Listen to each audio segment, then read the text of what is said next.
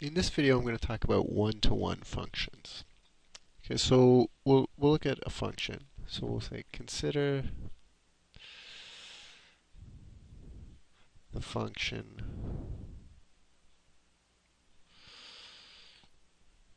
Call it g. I always use f for the function, but let's call this function g.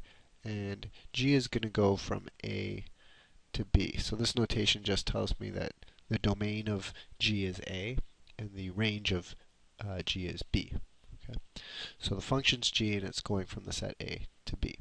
So I'm going to draw this function as a mapping with a mapping diagram. So this will be set A, its domain, and this will be set B, its range.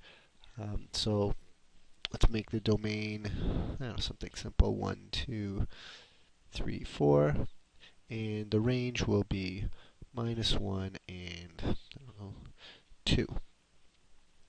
So this function 1 is going to go to -1. 2 is going to go to -1, 3 is going to go to 2, and 4 is also going to go to 2. So this is a function, and the way you know it's a function is because each input has a unique output. Right? This is a function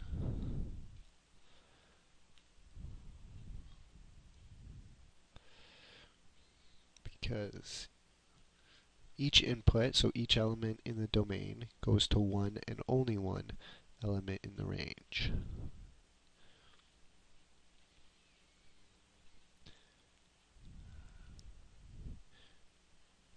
Unique output. So that's the key, right?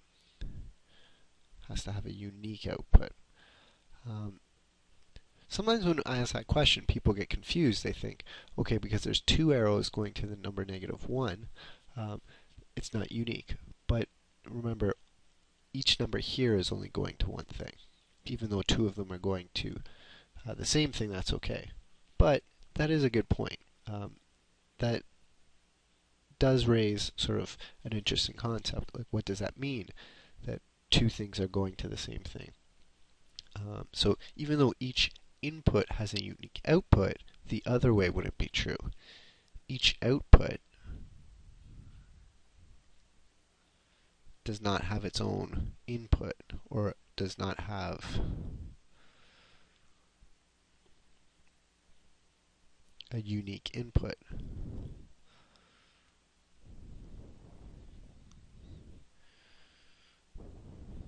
So, fairly obvious. The number 1, right? It doesn't have its own a unique input, right? That's because g at 1 goes to -1, but g at 2 also goes to -1. So there's two different numbers which go to -1. So it's still a function, but each output does not have its own input. And what we say here is that means that this function, this function is not what we call one-to-one.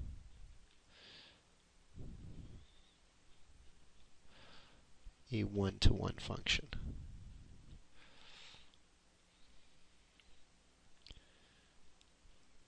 So what a one-to-one function would mean is that each output must have its own unique input. So we'll formally define this as follows. So a one-to-one function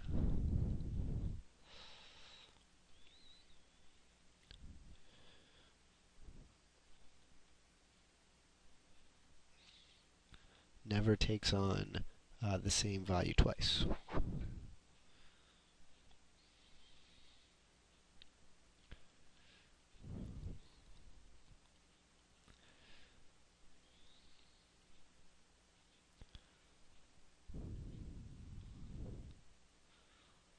So what that means is, one number or two different numbers can't be going to the same number, right?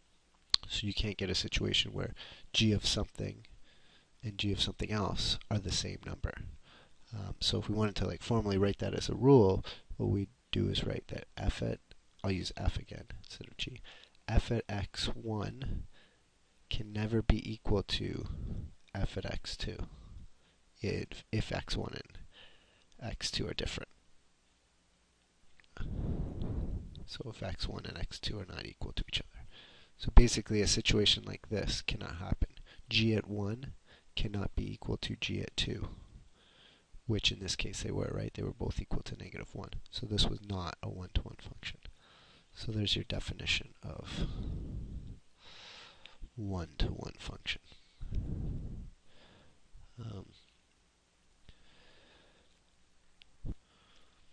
Just for, I guess, sake of completeness, what does a one-to-one function look like?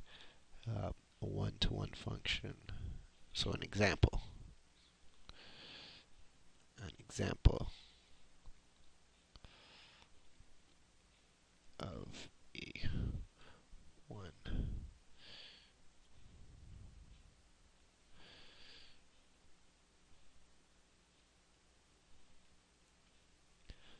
is, so let's do again with mapping. So 1, 2, 3, 4. And then we're going to need 4 elements over here. So let's say negative 1, 0, 1, 2. And each thing here must be going to one and only one thing in the range. So each arrow can only go to one thing, and each thing can only have one arrow going to it. Right? So the arrows can only be going to one thing because that has to be a function, and these things can only have one arrow pointing at it in order for it to be a one-to-one. So this is a one-to-one function. Another one-to-one function that's, or another time it's useful to know if its function is one-to-one is from the graph. So what does the graph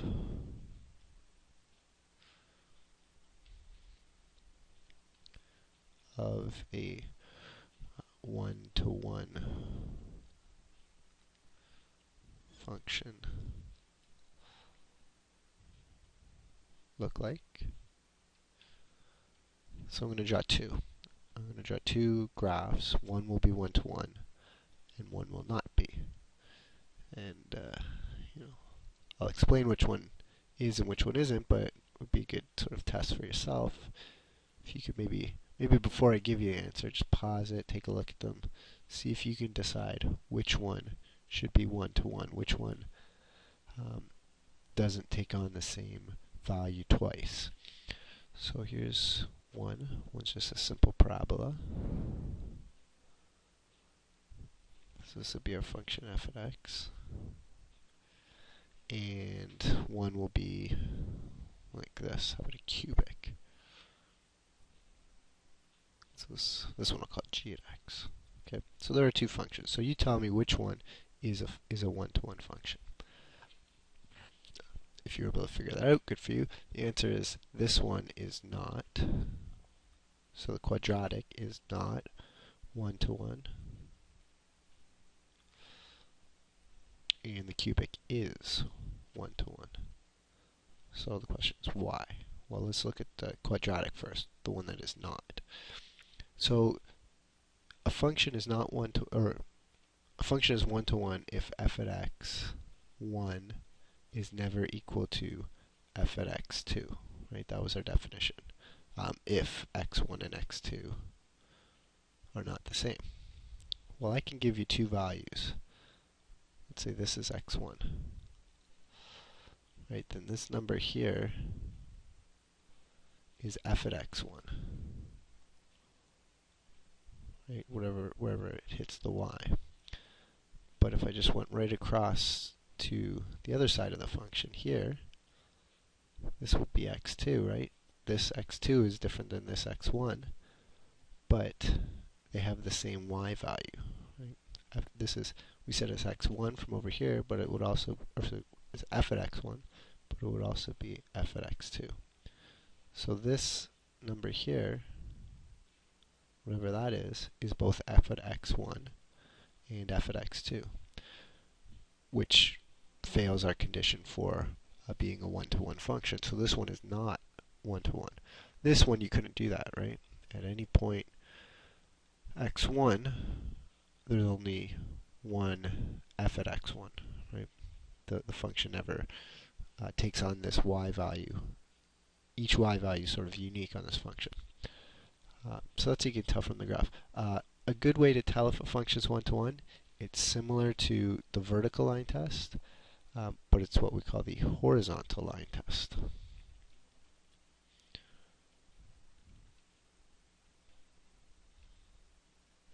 So the horizontal line test would say if a function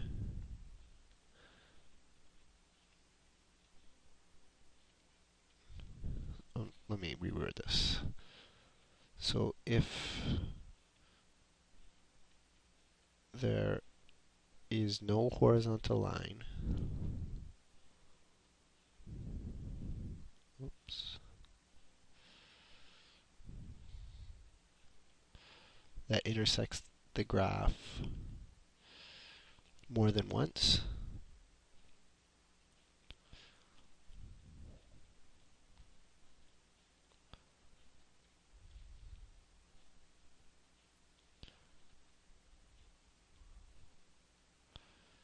the function is one-to-one.